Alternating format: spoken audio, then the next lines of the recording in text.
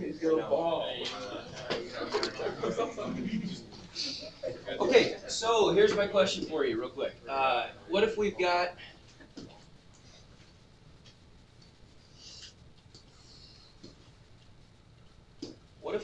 some function f, and I want to evaluate what the limit is of this function at x equals a. In other words, well, you tell me, what does that mean in terms of the int? I want to find it. To evaluate, by the way, that's a math word I'm sure you're familiar with, but let's just remind ourselves. Means find the value of, right? We're going to find the, in this case, the y value, almost always the y value. So if I want to find the value of the limit at x equals 8, what does that mean in terms of the int? Y value? Yeah, but, right. But I mean, in terms of the ant's behavior as he's walking along this function, what does that mean? It's a limit? That's where he's going. That's where he thinks he's going. Okay, good. It's where he anticipates going. Right. Okay, but now, in this case, conveniently, where the ant, so that if there's x equals a,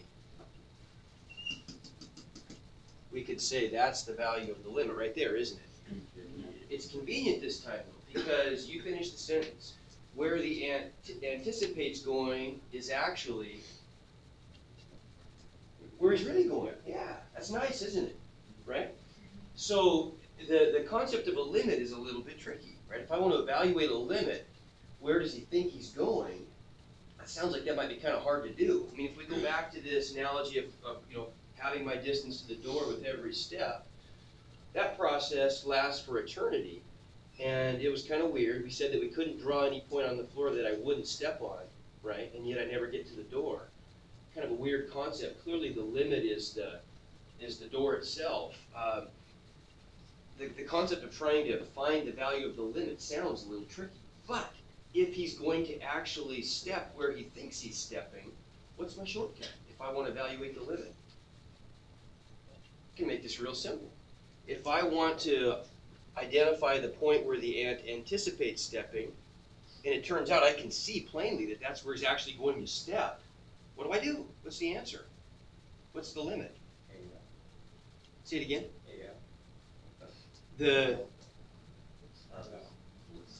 If this is f, and let's say here's 2, then the value of the function there, the point is at 2 f of 2. What's the y value that the ant thinks he's going to step on there? F of a, sure. We'll just directly evaluate the function. That's our trick, right? Because the two coincide, where the ant anticipates stepping is conveniently where he's actually going to step. Let's just find out where he's going to step, and that's the limit, right? Now that trick is called direct evaluation.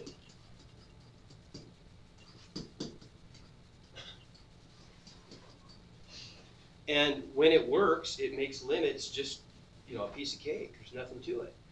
In fact, we always want to try direct evaluation, and frequently it's going to work, and we're done. Let's look at a couple examples of where it does work, and they're going to get boring real fast. If I've got the function f of x equals x squared, and I want to find the limit of f of x as x approaches 3, let's write it this way, the limit of x squared as x approaches 3, well, what's my answer?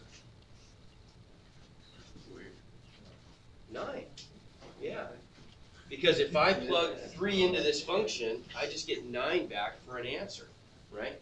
Now, sure, because we've got this fancy word limit here, we know that in actuality, the ant is never quite getting to 3, right? But as he approaches it, that's the value of the function that he's anticipating stepping on, right? Now, if I directly evaluate a function and I get an answer, then it works. So what's the big deal? Limits seem like a total non-issue here. Well, not always.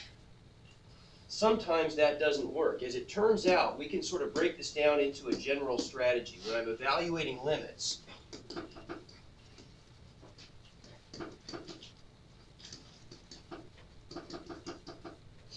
there are three possible outcomes.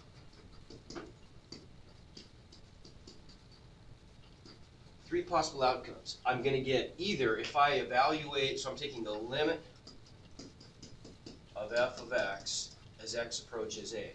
Now, one possibility is that that equals some rational number, like we just got. We just got an answer of 9 over 1, right? It equals a over b, where b is not equal to 0. So I get a real number outcome. And the answer, if we get that outcome, that's good news, because that means we're done. That is the outcome that corresponds to the example I started off today with. That's the example, or that's the outcome that correlates with a function that is really nicely behaved. The ant is going to step where he anticipates stepping. And so it's a very easy thing to find the limit. We just answered the question, where would he actually step? And that is where he anticipates stepping. So if we try this, if we try to take a limit, like we did on this last one, and we get an answer that's a real number, we're done. We're done. Direct evaluation worked, and we're off to the races. Okay, there's another thing that can happen. There's two more things that can happen.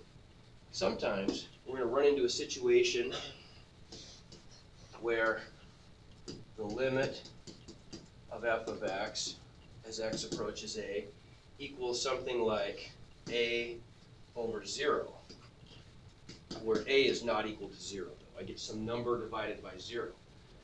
Now, that's a problem, right?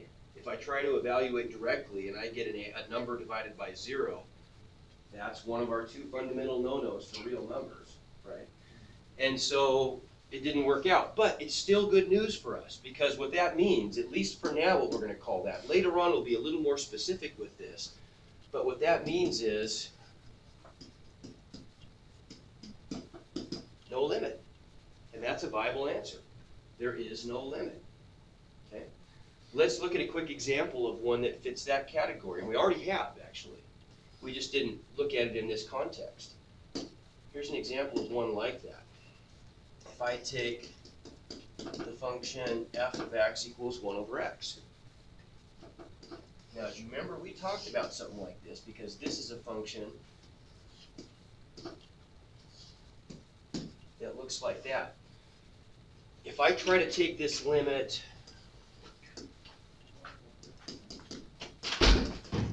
as x approaches 1, what do I get for an answer? If I try to evaluate this directly, if I try to just plug 1 into the function, what do I get for an answer? 1, okay? Well, that's fine. That means over here at x equals 1, y equals 1, I was just approaching that point. But at that point on the function, the ant is going to step where he anticipates stepping. Right? So we might say that that's kind of a type 1 outcome. We evaluated the function at a place where, when I plug into the function, I got that kind of an answer, a real number. Done. That's it. Okay? So that worked great. But what if I take that same function and I try to evaluate that limit at 0? Now we can see graphically what's going on there at 0. Yeah, I got a vertical asymptote, right? So we can see that that's one of those three kinds of places that we talked about where limits don't exist, right? Okay, so we already know from the graph it doesn't exist. What if we don't have the benefit of the graph? Well, we can try that strategy we just talked about. If we plug in, if we evaluate directly, and I get a number over 0, that tells us no limit, right? So we know analytically now, without having to have a graph, just by doing a little analysis of the function, that this one, because I get that 0 on the bottom, there's no limit. Done. Okay, on to the next problem. Now there is one kind of limit where we don't have the luxury of just being one and done. You know, either, the two we looked at were nice.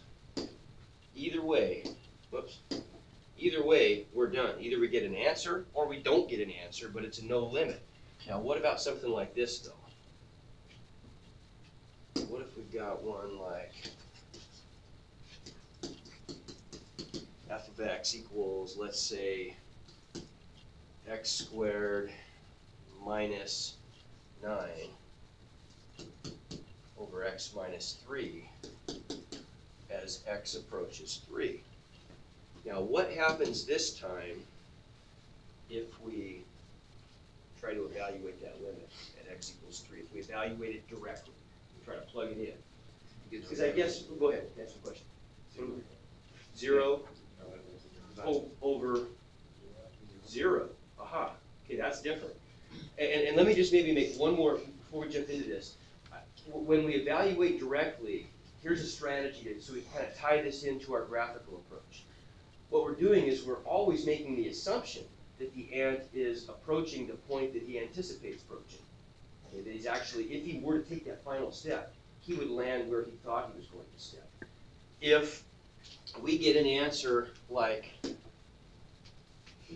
oops, if we get an answer like that, our guess was correct. If it evaluates directly to a number, then that's what happened and we're done.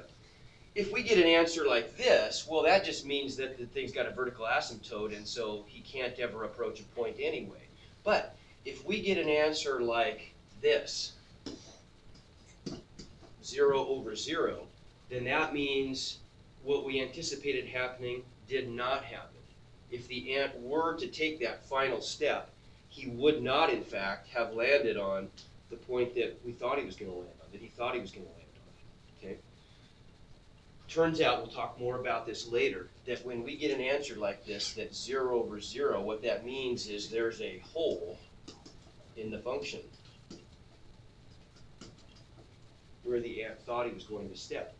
It always ends up corresponding to a function that looks something like this. Here's my function, but at some point, there's a hole in it. And so when the ant actually steps there, the function doesn't exist. But up until that point, the function looks fine. Okay. So how do we deal with a problem like that? If we don't get lucky and either land where we thought we were going to land, get a real number answer, type 1, or an asymptote that's easy to identify, we get a 0 on the bottom, what do we do? Well, in simple terms, this always means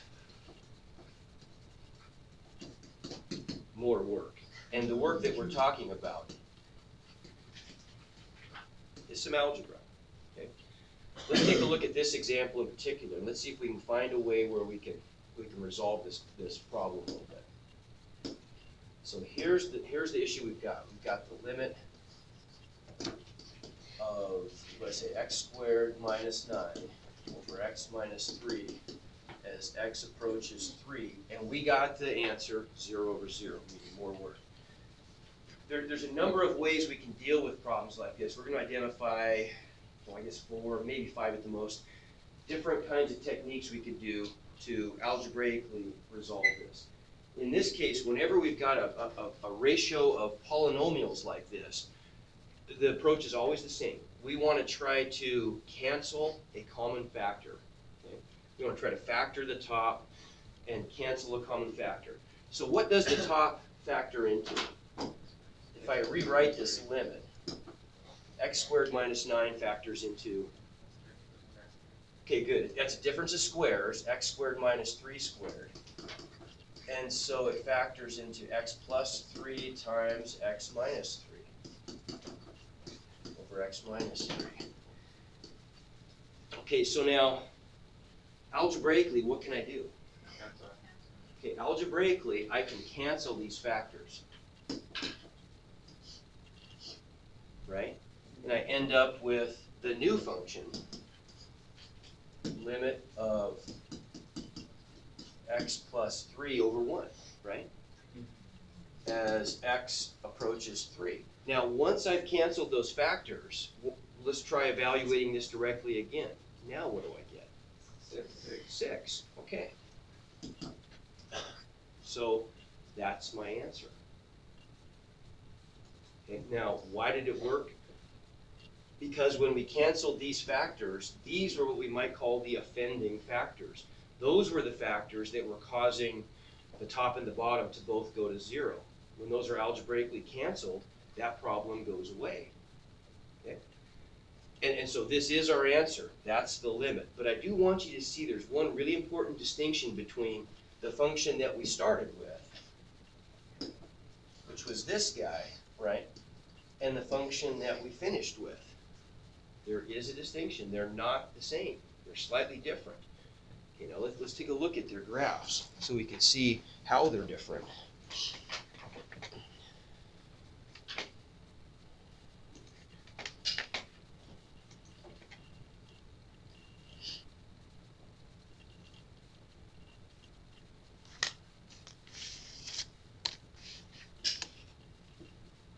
Oh, and if people want to give me calculator money today, I will collect that and write your name down.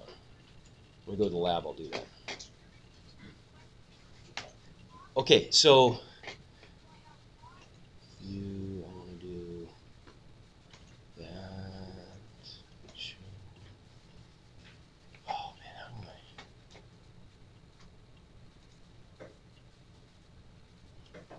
I thought there's a way I could make this just show the graph real big, but I'm not going to mess with it now. I'll figure it out later. Okay, so if we graph these two functions, see what we get.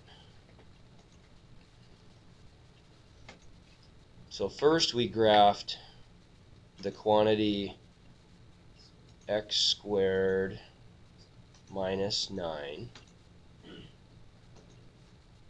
And then we graphed x plus 3. I'm going to go ahead and turn this graph off. Oops, I'll do this. So if I unhighlight the equal sign, that just means that I've turned it off. Okay. So let's just go zoom standard. Ought to work. Zoom 6. And there's the first graph. Okay. Now I'm going to graph the second graph with it. Yeah.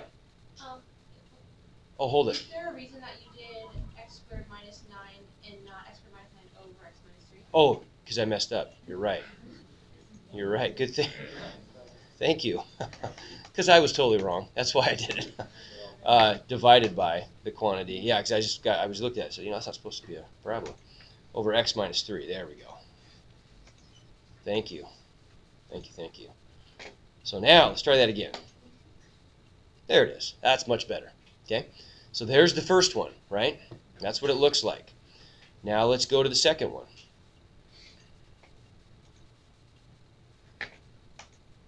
I'll graph them simultaneously. Okay?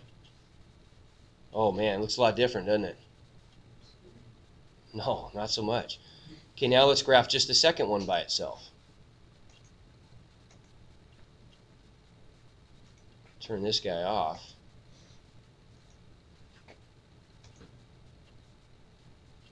They look exactly the same. Well, what's the big deal? They look the same. Can anybody tell me what the difference might be? And I'm simultaneously here to talk about efficiency in teaching. I'm simultaneously going to illustrate the difference between those two graphs and one of the key limitations of graphing calculators here. How about that one? What do you think? Would it be like the first one has like a hole? Ah, yeah. Okay, the first one has a hole in it, exactly. But can we see the hole? Well, no, because the graphing calculator, it's graphing just a bunch of pixels here. And it's not really a continuous graph. It's only giving us representative little pixels on this function. And if it didn't happen to be something as nice as an integer number, if it's an integer number, there's a chance we might see a missing pixel, but we really don't here. But I can check it out. Here's one of the features of the calculator. If I want to know what the value of the function is at a certain place, it's easy to do on the graphing calculator. Now I've got the second one graphed now. Okay, this is the orange one at the bottom, x plus 3. If I check the value of this function at x equals 3, I can do that by going second calc, so second F4, and I get the calculate menu. This is my bag of graphing tricks. You guys are probably all familiar with this, right? So which of those do I want to choose to evaluate the function? Value. Value, okay. So I'll pick number 1, and it's going to prompt me for an x value. I'll put in 3, and what am I going to get back? I'm graphing the orange one. 6, yeah. I'm going to get 6, good. And so it tells me the ordered pair, right? Think of that as being an ordered pair. X equals 3, y equals 6. There is a shortcut for that too, by the way. If I've just graphed this thing now, and I don't want to push as many buttons, does anybody know what the shortcut is for evaluating a function? I can push trace 3, and it saves you like a keystroke or two. If you push trace 3, then it's the same thing as pushing second calc value x equals 3. Okay? So yeah, I don't want you to get carpal tunnel or something. So if you want to save a couple keystrokes. Now let's change functions. Let's go back to that first one. So if I turn that guy on and turn the bottom one off, go back to the graph. Can you see the hole? No, you really can't. But if I just go trace 3, oh, what happened? Okay, that's the calculator's somewhat lame way of telling us that there is no y value. Okay, so there is in fact a hole there. So what have we done? We've done something pretty tricky. We've done something actually very tricky, but very cool. But we just have to, I want you to be aware, you know, in math it's easy sometimes to take the viewpoint that I'm just going to follow the algebra way, and if it works and gets me an answer, then great. But you got to be careful with that. You got to understand, what did you actually do here? In calculus, the way we label this little trick is, and this is really kind of a strange thing that it's called this, but it's not very summarized or concise. But we have found 2 functions that agree at all but one point.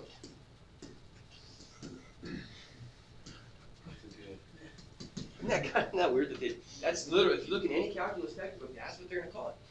We found 2 functions and created a second function here that agrees with the first function everywhere except at the hole. And in effect, what we've done is we have filled in the hole, haven't we? Right? By canceling those factors, in effect, we have taken that one hole in the function and filled it in. Okay? So is that okay to do? Well, absolutely. Because think of our strategy here. What we actually did is we've turned this blue function from being a function where the ant doesn't step where he anticipates stepping, because he actually falls into a hole, into a function, a more convenient one, by filling in the hole, where he actually would step where he anticipates stepping, right? Now, we realize that the original function still has that hole, but we've traded it for one that we can directly evaluate, right? And now we can fall back on our trick that we had, this trick, right? Or I think actually there's the first place we saw it was right there. Oh, where was it? I can't remember. No, it was right there. There it was. We fell back on this trick. By filling in that hole to find out what the limit is, now we can just ask what the value of the function is, right? And it worked out because when we directly evaluated, we got an answer. Does that make sense? Okay. And so, I mean, I guess, let me read it. Is it time to head down? Yeah. Okay. In practice, that's pretty easy to do, but I don't want you to lose sight of what we're actually doing. That'll actually get you going on the assignment. We'll throw in some other tricks tomorrow.